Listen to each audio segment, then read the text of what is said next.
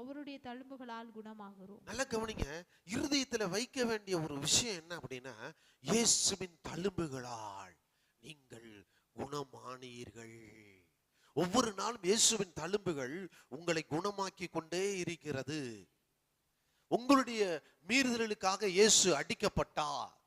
உங்களுடைய அக்கிரமங்களுக்காக இயேசு நொறுக்கப்பட்டார். உங்களுக்கும் தேவனுக்கும் இடையே சமாதானத்தை உண்டு பண்ணும்படி இயேசுக்கு தண்டனை கொடுக்கப்பட்டது.